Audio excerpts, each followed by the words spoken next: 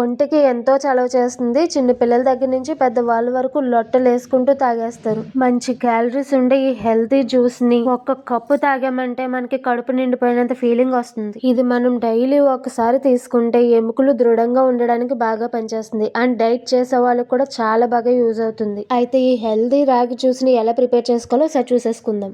నేనైతే ఇక్కడ ఏ కొలతలు వేయలేదండి. ఉజ్జాయింపుగానే తీసుకున్నాను. నేను అక్కడ చిన్న గ్లాసు వాటర్ తీసుకున్నాను. స్పూనున్నర రాగి పిండి తీసుకుని కొద్దిగా వాటర్ వేసుకుని కలుపుకున్నాను.